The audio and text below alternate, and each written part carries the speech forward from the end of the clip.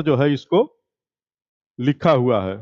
बरहा पी एक हो गया, डम नट बर व पू कर्णयो यो कर्णी और कारम। इस प्रकार से 5 इसमें गण हैं और अंतिम में 2 गुरु वर्ण है। तो इसको आप ध्यान देंगे तो ये गणों की रचना और इस छंद के एक एक चरणों की रचना इसी क्रम में है। 5 गुणे 3 इस प्रकार से इसमें 15 ये हो गए और 2 वर्ण और अंत में 2 गुरु वर्ण। तो ये हो गया।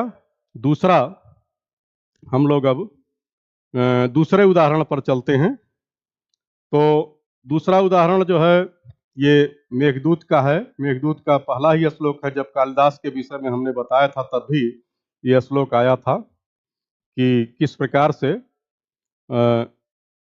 जो उनकी पत्नी थी कालिदास की, उन्होंने 3 शब्दों का प्रयोग किया था। अस्ति कश्चित वाग विशेषः, तो उसमें कश्चित शब्द से उन्होंने मेघदूत गीतिकाव्य लिखा था। तो ये पहला ही श्लोक है।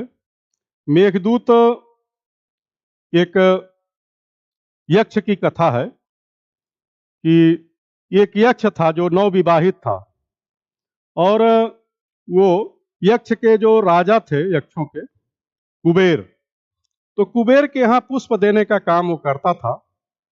तो एक दिन क्या हुआ कि पुष्प देने में उसको विलंब हो गया।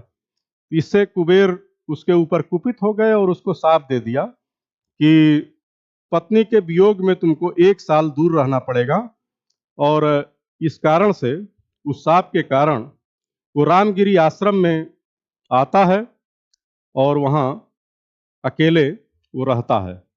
जब वर्षा ऋतु प्रारंभ हुई और आकाश में बादल छाए तो उस समय उसको अपने पत्नी की याद आई और उन बादलों के माध्यम से, मेघ के माध्यम से वो अपने पत्नी को संदेश भेजता है। तो यही कथा मेघदूत की है। और पहले ही श्लोक में कालिदास ने एक प्रकार से उस पूरी कथा का एक प्रस्तावना इस पहले ही श्लोक में मंगलाचरण रूप में जो ये श्लोक है उसमें रखा है। कश्चित कांता विरह गुरुणा स्वाधिकारात् प्रमत्तः सापेनास्तं गमित महिमा